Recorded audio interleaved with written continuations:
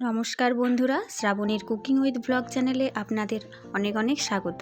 তো বন্ধুরা, আজ আমি বানাবো ফুলকপি আর ডিমের একটা সিম্পল ঝোলের রেসিপি। তো তার জন্য আমি 4টি মতো ডিম খোসা সেদ্ধ করে খোসা ছাড়িয়ে নিয়েছি। এরপর আমি এগুলোকে তেলের মধ্যে নুন, হলুদ আর সামান্য লঙ্কার গুঁড়ো দিয়ে ভালোভাবে ভেজে নেব।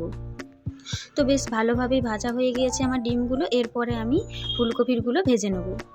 তো বন্ধুরা দেখো, এখানে ফুলকপিগুলো বেশ ভালোভাবেই আমি ভেজে নিয়েছি। এরপর আমি তুলে নেব। এরপর আমি ওই তেলের মধ্যেই দিয়ে দেব দুটো ছোট এলাচ আর দিয়ে দেবো সামান্য পরিমাণে জিরে। তো এরপর আমি কেটে রাখা পেঁয়াজ আর টমেটো দিয়ে দেবো, একটু নাড়াচাড়া করে নেব। আর তারপরে দিয়ে দেবো টমেটো, শুকনো লঙ্কা আর আদার করে রাখা পেস্ট। তো এটাকে দিয়ে আমি বেশ ভালোভাবে আবারও নাড়াচাড়া করে নেব। আর এরপর দিয়ে দেবো 1 চামচ মতো লঙ্কার গুঁড়ো, জিরের গুঁড়ো, হলুদের গুঁড়ো আর দিয়ে দেবো পরিমাণ মতো লবণ। তো দিয়ে আমি মশলাটাকে ভালোভাবে অল্প অল্প করে জল দিয়ে কষিয়ে নেব।